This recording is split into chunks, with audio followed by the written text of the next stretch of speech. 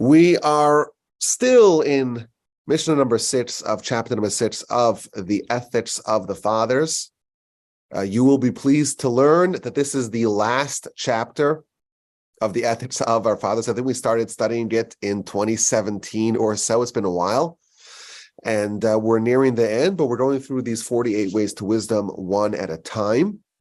And we're up to way number 16. And that is b'miut schora, with limited commerce. Now, the next 6 of the ways in the 48 ways are all about different things that we must limit. So way number 16 is to limit commerce.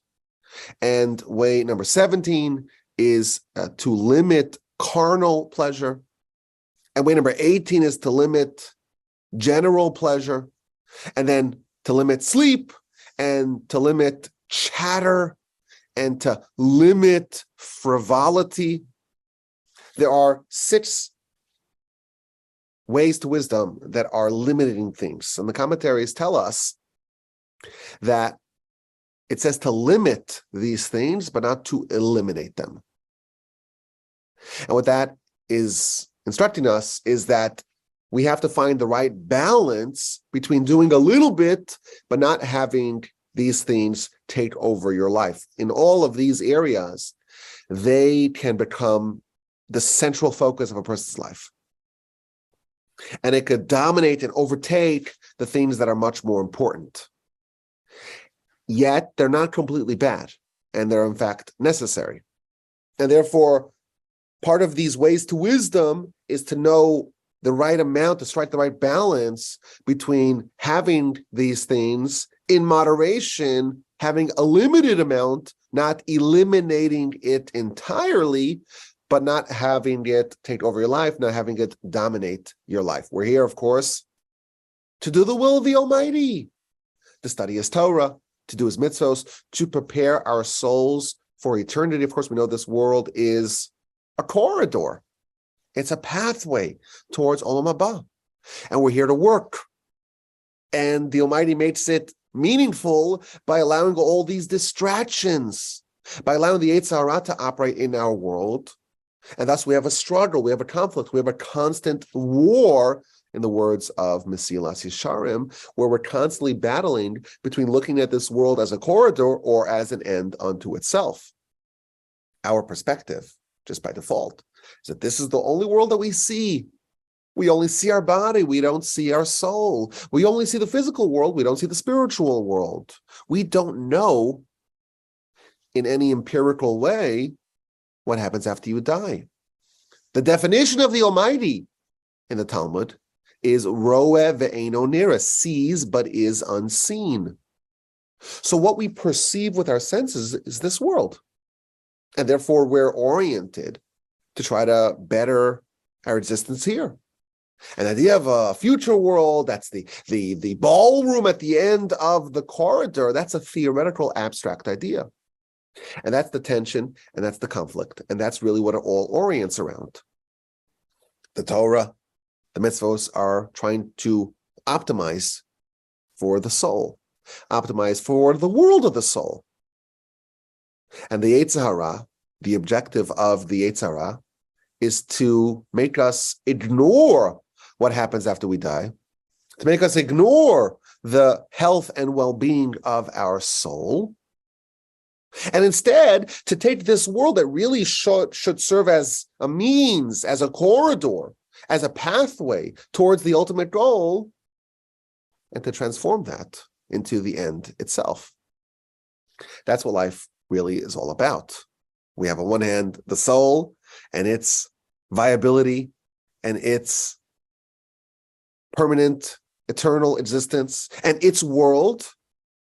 And the Torah is really there to try to get us to recognize that and to live life in accordance with that principle.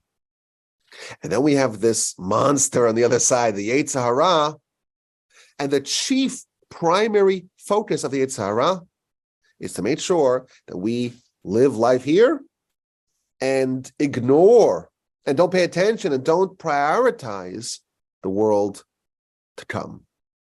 Now, of course, the Yetzer Hara has some help by the fact that we only perceive with our senses We only perceive spiritual. We only perceive physical sensations and physical experiences and physical pleasures. The spiritual pleasures, that's something you have to develop a taste for. And that's really what it's all about. And in these 6 things, these are kind of in this very unique space that they are necessary, they are required, even for someone who's thinking about the future, even for someone who's orienting their life for the world to come. They need to have a little dose of it. But it is actually the stomping grounds of the Yetzer Hara. And if they immerse themselves in it, it can quickly become an end unto itself. And that's why if you want to pursue wisdom, if you want to live life in a spiritually enriching way, you have to be aware of these things and the required balance that's needed to make sure that it doesn't overtake your life. So we start off with b'miut schora, with a little bit of business, a little bit of commerce. On one hand, it has to be limited. It has to be minimized. It has to be ensured that it doesn't overtake everything. But on the other hand, on the flip side, you have to do a little bit of it.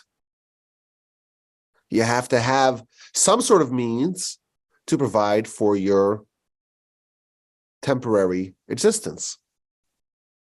And this is the principle. On one hand, we're told that, to work, to make a living, to make a livelihood, to engage in commerce, to be a player in the marketplace of business, that's necessary. But it is a means. And the means should not become the focus of your life. It shouldn't take over. And that is something which is a real risk, because in pursuit of making a livelihood and having a career, it is something which can overtake everything. Your mind is your greatest asset. It's your greatest tool. It's your superpower. And if you have a knack for business, your mind can very much be engaged in the pursuit of business. And now your tool to live life and to prioritize your spiritual life, well, there's something there that's overtaking it. The brain power has now been redeployed and redirected towards something which is just a means, not an end. This is really dangerous. We're here to do the will of the Almighty. We're here to protect our soul, to purify our soul, to refine ourselves, to elevate ourselves, to live a spiritually enlightened life, to stockpile mitzvos so that we have what to consume in the spiritual world. And if we ignore that, instead we use our mind and our ability and our time and our attention, our focus towards other things, well, when we arrive at the spiritual world, we don't have what it takes. So it's very important for us to remember that the livelihood is a means. It's a necessary means. You have to do that to live. We don't believe that a person should say, well, I'm not going to make a living. I'm not going to get a job. I'll just sit around and hope someone pays for me. We don't believe in that. That's irresponsible. That's improper. But there's still a risk that the means becomes the end. Today, the way people introduce themselves, even the way they talk, well, what do you do? That's another way of saying, what do you do to make money to pay for your life? But it becomes their identity. And this is something which we know. This is how the world works. And this is what our sages are warning us against. What do you do? We define that as, what are you doing to improve your soul, to improve your standing as a soul, to prepare yourself for Olam Haba? And the answer should be, well, I do mitzvos, I do kindness, I do charity, I study Torah, I emphasize my prayer, I try to bolster and burnish and further foster and develop a relationship with the Almighty. I made sure to avoid mistakes of character, to not allow the Yetzer to take over, to not allow my behavior to run amok. That's what you do. That's what we should say, right? But what you do has become synonymous with what you do to make money, to pay, so that way your body can subsist in this world. The thing which is secondary, which is tertiary, became the primary. And this is what the Mishnah is warning us against. Limited commerce. Yes, a little bit, but in the right context. If it takes over your life, if it's what you do, then what you really ought to be doing, well, that's now secondary and tertiary. We have a limited amount of time in this world. We hope it's a long time, but we never know when our time here is over. And what are we doing with this precious time? What are we doing with it? Are we focusing on the means or on what we're really here for? We have a finite amount of attention. There's only 24 hours a day, and there's only a certain amount of things you can focus on. Your brain power is limited. Now, it's a lot more than you think it is. Your actual brain power vastly exceeds what you think it is. That is true. But nevertheless, what are you dedicating it to? Most people, it's like, well, you live a life and you go to work the whole week so you can have a nice weekend to celebrate, to watch football, to drink with your friends, to binge on your favorite shows. And then you have maybe a vacation, 4 weeks. You go to Italy, you go to Europe, you go to the Far East, you travel to Antarctica, you go to Alaska. You can see people living a whole life, and the actual primary objective of life is never part of their routine. It's all the means, and pleasure in this world, pleasure in this world. And that's a terrible tragedy. And that's what we're being cautioned here. Commerce is necessary. Business is necessary. These means are necessary. And you know what? Maybe relaxing a little bit is also necessary. It's important for you to, sometimes you need to unwind. So if that means a cigar and scotch or whatever people use to unwind, if that's done in a calculated fashion, if that's a means, then that's also a mitzvah. But if a person's whole life is just means, physical pleasure, what kind of life are they living? What are they doing to their soul? What will they have to show when they arrive in heaven? It's also true that business in particular can be very dangerous because it can overtake your life, and then even your priorities that the whole world agrees ought to be priorities, they get crowded out. How many people don't see their kids, aren't able to enjoy raising their children, don't get to experience real relationships because they're so busy with work? Our relationship with the Almighty is paramount. The first mitzvah of the Torah is to have a family, to have children. It's imperative for us to live in a community. The greatest mitzvah, of course, is Torah study. All those things can be deprioritized with too much of an emphasis on business, making money. It's potentially addictive. And too much of it, if it's unmoderated, unmitigated, uncontrolled immersion in business, then the greatest tool that we have for wisdom, our intellect, is now being deployed for the means. Our time has now been taken away by the means. Too much business will imperil the pursuit of wisdom. One of the most valuable questions that we can ask ourselves is, what are we living for? What are you living for? And when you have an answer to that question, you want to compare that with what you're actually dedicating your time and your resources towards. Because no one says they're living to work, but in practice, what do people do? They actually live their life to work. That's really sad and unfortunate. How many people say, well, I'd love to have a family, but I first have to really establish myself in my career? Maybe there's some truth to it. If someone, if someone's not in the ability, if they don't have the ability to have a family, maybe they shouldn't. I don't know. But it does seem to me that there is the risk of a prioritization totem pole, where the things that actually matter on a cosmic, existential, eternal scale are going to be overtaken by the things that matter less. Now, again, we know that work, that's necessary. Ever since Adam and his mistake or his choice, it became the reality of humanity. Bezeas apecha tochalechem, with the sweat of your brow, you'll eat bread. Before Adam's sin, we're told that you could eat the bark of the tree, and that would taste exactly like the fruit of the tree. And without any work, you would have all your needs taken care of.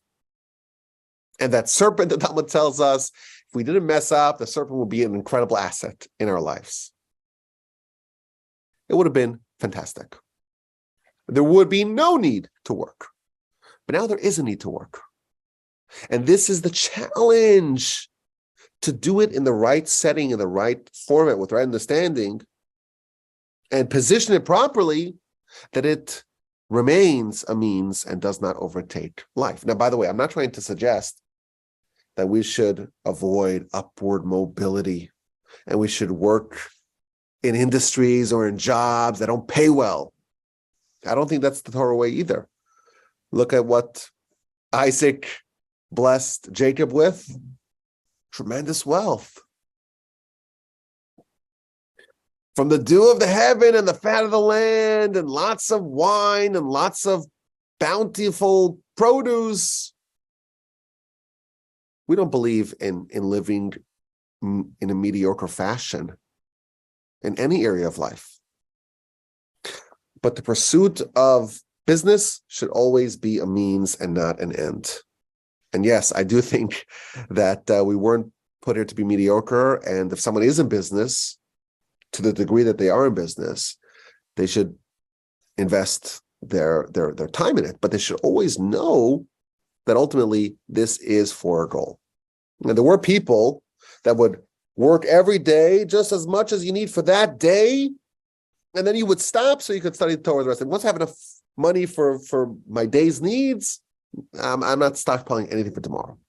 The rest of the day, I'm going to go study Torah. That's an ideal. I don't know if we can aspire to that. At least we should be aware of it. But the principal takeaway is commerce is important. It's critical. It's necessary, but it must be properly directed. Now, again, as we mentioned, all these things that are limited commerce, etc., it's not just that we're told to limit it, but also, on the flip side, we're told that a little bit is okay, but in fact is desirous. So too much of it is harmful for our pursuit of wisdom, but a little engagement in commerce is in fact desirable and beneficial for our pursuit of wisdom. Now, why would that be so? Why is a little bit of business important to the pursuit of wisdom? So perhaps there are many answers to this question, but what we know for sure is that it's very rare to find someone who is totally disengaged from the general world. It's very hard to find someone like that who is advanced in wisdom. To really understand wisdom, to understand Torah, it's important to understand human nature, to have a little bit of know-how in how the world works and how people work. And thus, if you want to truly advance in wisdom, you have to have a little bit of a foothold in the world and how it operates. There is this ideal of a absent-minded scholar who's just in Talmud, and that's great, and there is something to be said about that. But there's an element of wisdom that they're not going to have access to unless they have a bit of an understanding in how the world works. So certainly, if someone wants to be a posek, if someone wants to be a halachic arbiter, you cannot render halacha if you are divorced from reality, from the world around us. And halacha, by definition, is the Torah's guidance for the real world. And of course, every area of our life is governed by halacha.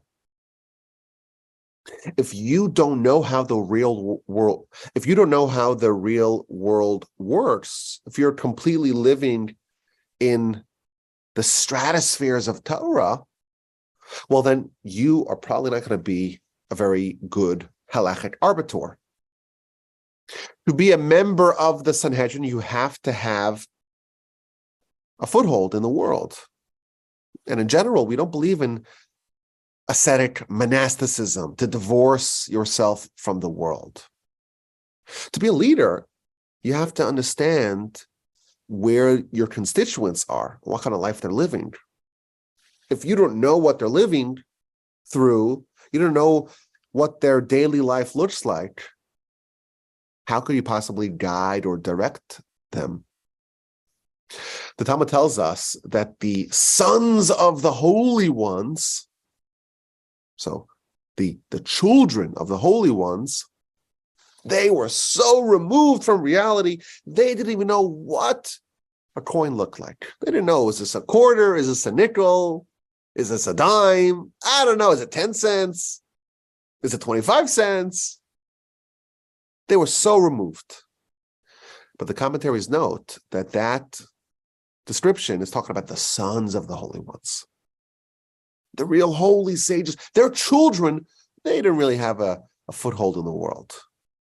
But the holy ones themselves, you better believe they knew what those coins looked like. Because you would not be an effective leader if you did not know what those coins look like. And it's true that the great sages, they studied everything. The Gaon of Vilna, he was an expert in everything, in all facets of wisdom.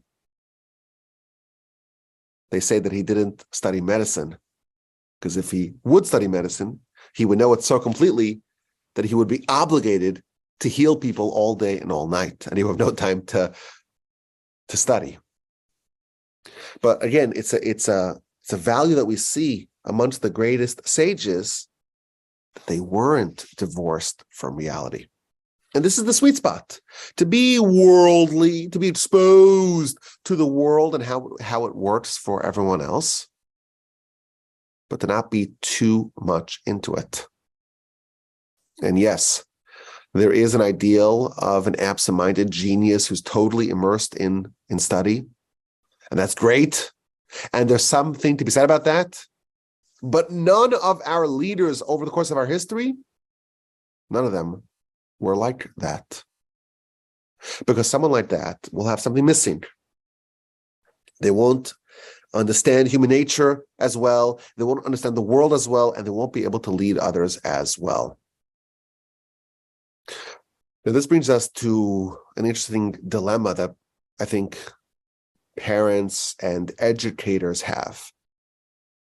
Of course, we want to teach our children about Torah and mitzvos. That is imperative.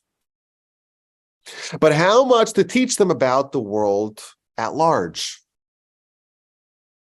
So I went to a yeshiva high school where they would have a full yeshiva curriculum, but they would also have a general studies component.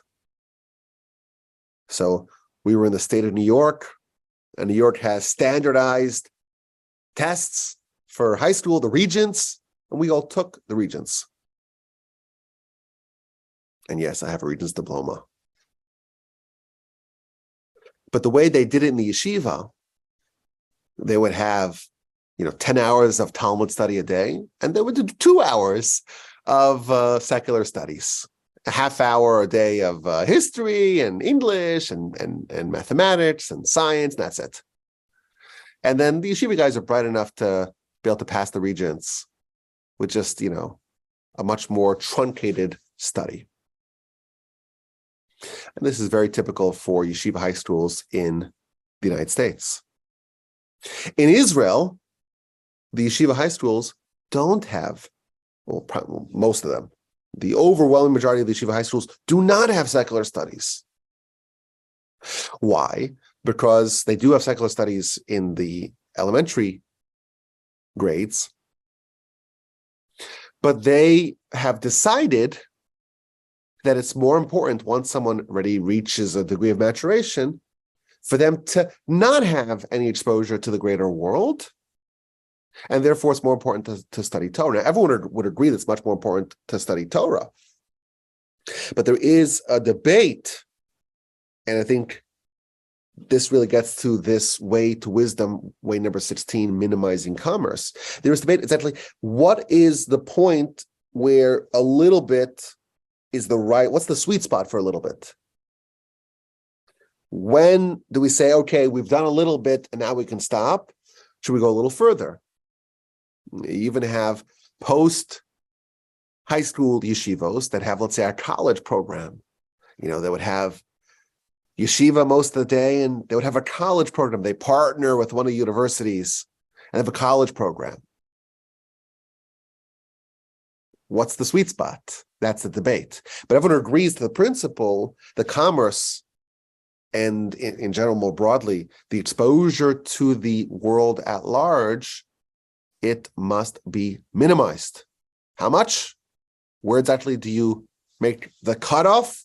That, of course, is the debate, but the principle is universally agreed upon. I remember I once emailed someone. He's a great Torah scholar. But I remember I emailed him a PDF. He didn't know how to open up a PDF. I'm like, maybe that's a bit too much of an insulated lifestyle to not even know how to open a PDF. I'm not judging, but maybe that kind of, I think maybe that should be someone who's living in the modern world. If you have an email address, you should know how to open up a PDF. But again, the principle is the same. There's a risk for this worldliness, for this commerce to take over your life, and that is the danger. Now, there's another idea that some of the commentaries tell us in this way, minimizing commerce. And again, the flip side of that is to have a little bit of commerce. What's this little bit of commerce that is necessary as a way to wisdom? And that is that we should use principles of commerce in our pursuit of wisdom. Every morning, there's a blessing that we say called the blessing of the Torah. It's a mitzvah to study Torah. And before you do a mitzvah, you recite a blessing. And therefore, there's a blessing that we say upon the study of Torah. And what's that blessing? La'asok b'divrei Torah. To engage in matters of Torah. But the word la'asok doesn't mean to study Torah. It means la'asok, which is used in the context of business, to engage in business, in the business of Torah. So the commentaries tell us that it's important to treat the study of Torah like a business. And just as if you were to have a business, you would have a business plan, and you may have daily check-ins and weekly meetings and quarterly reviews, and you have a P&L, and you take it seriously, manage your spiritual life in a way that you would a successful business. Take it seriously. So this is perhaps another way to look at this idea of having a little bit of commerce. Perhaps that can be applied to our pursuit of Olam Haba, to our pursuit of the agenda of our soul. A little bit of commerce, a little bit of the commercial methodology should be employed in order to make sure that we're not just bumbling around. We take it seriously. We have a plan. We have a goal. We look back and say, well, what did I accomplish today? What could be improved? What could be refined? What could be made better? If you treat your pursuit of wisdom like a business, then you will have much more success than if you just treat it as if some sort of hobby that does not need to be overseen. So this is way number 16, minimizing commerce. Our life here is about doing the will of the Almighty and preparing and positioning our soul for eternity. Making a living is necessary, but there is something seductive about business where it can take over your life. You need a bit of it, but if it dominates your life, if it takes it over, then the age-old question of what are you living for, it'll be troublesome to answer. People ignore their family over their career. People ignore God because of their career.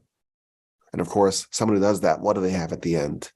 It's not a pretty picture. Way number 16, minimizing commerce, not allowing it to take over your life, but having a little bit of it. Either because that's the proper frame of mind for advancing in your wisdom to treat it like a business, or because it's important to know how the world works and to have a little bit of a foothold, perhaps a toehold in the world. And of course, exactly where you fall out or where communities fall out, that is the debate within that framework. To have a little bit of a sense of how the world works and to not live life in the clouds. Way number 16, minimizing commerce. As always, my email address is Rabbi Wolbe @gmail.com. It was a great pleasure to study this way with y'all from the Torch Center in Houston, Texas. Rabbi Wolbe @gmail.com is my email address. I look forward to your questions, your comments, and your feedback.